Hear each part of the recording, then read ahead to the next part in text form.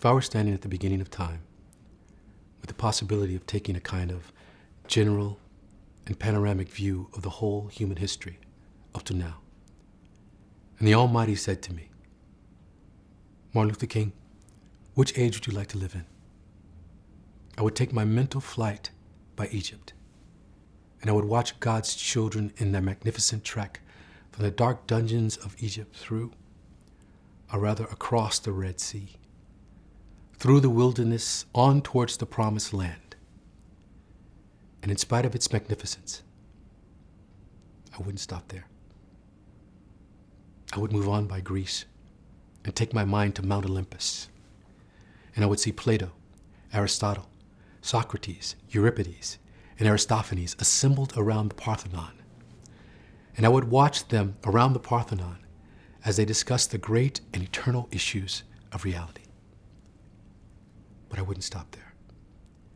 I would go on even to the great heyday of the Roman Empire, and I would see developments around there through various emperors and leaders. But I wouldn't stop there. I would even come up to the day of the Renaissance and get a quick picture of all that the Renaissance did for the cultural and aesthetic life of man.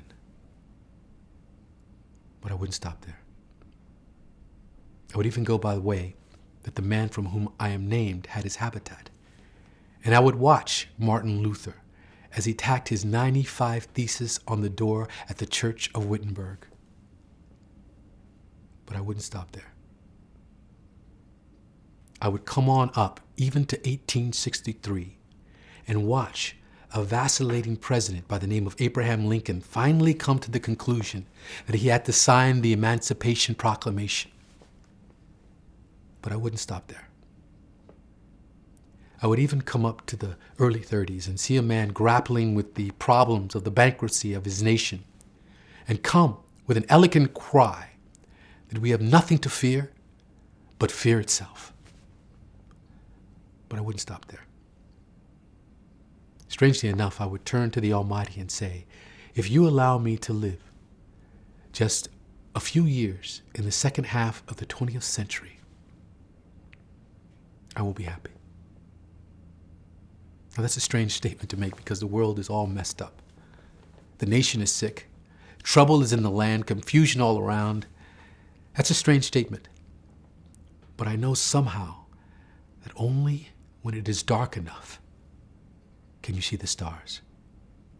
And I see God working in this period of the 20th century in a way that men, in some strange way, are responding. Something is happening in our world. The masses of people are rising up. And wherever they are assembled today, whether they are in Johannesburg, South Africa, Nairobi, Kenya, Accra, Ghana, New York City, Atlanta, Georgia, Jackson, Mississippi, or Memphis, Tennessee, the cry is always the same. We want to be free. And another reason that I'm happy to live in this period is that we have been forced to a point where we are going to have to grapple with the problems that men have been trying to grapple with through history. But the demands didn't force them to do it. Survival demands that we grapple with them. Men for years now have been talking about war and peace. But now no longer can they just talk about it. It is no longer a choice between violence and nonviolence in this world. It's nonviolence or non-existence.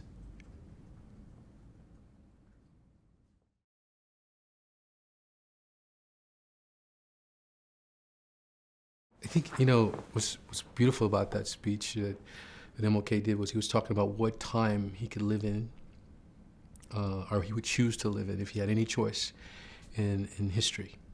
And he talked about living in the time of Egypt, Greece, the philosophers of the time of the Renaissance, all these different things he spoke of. And he said that he'd like to live just a few years, if he could ask God, he'd like to live a few years into the second half of the 20th century. Because it was at that time that he was feeling that the world could be changed and that he would have some effect. And that there was a bubbling, a resurgence that was going on, a consciousness shift, a movement where people are actually like moving themselves towards changing the face of the planet towards a more humane place where human rights were respected and where everyone had freedom. And I think when I look at that, I recognize that as he's talking about this history and he's talking about what happened, and we recognize what happened when he was a part of this movement of trying to bring human rights to society, to humanity, that there's still these things that we're reaching for.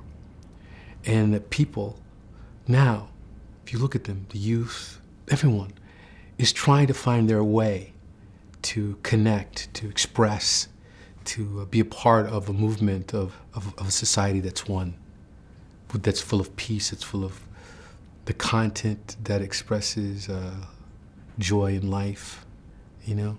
So I think for me, it's another way to just talk about this time. That was from then, in 1968, I think it was. And I think we're living in a time where change is happening, where things are occurring, where people are letting their voices be heard.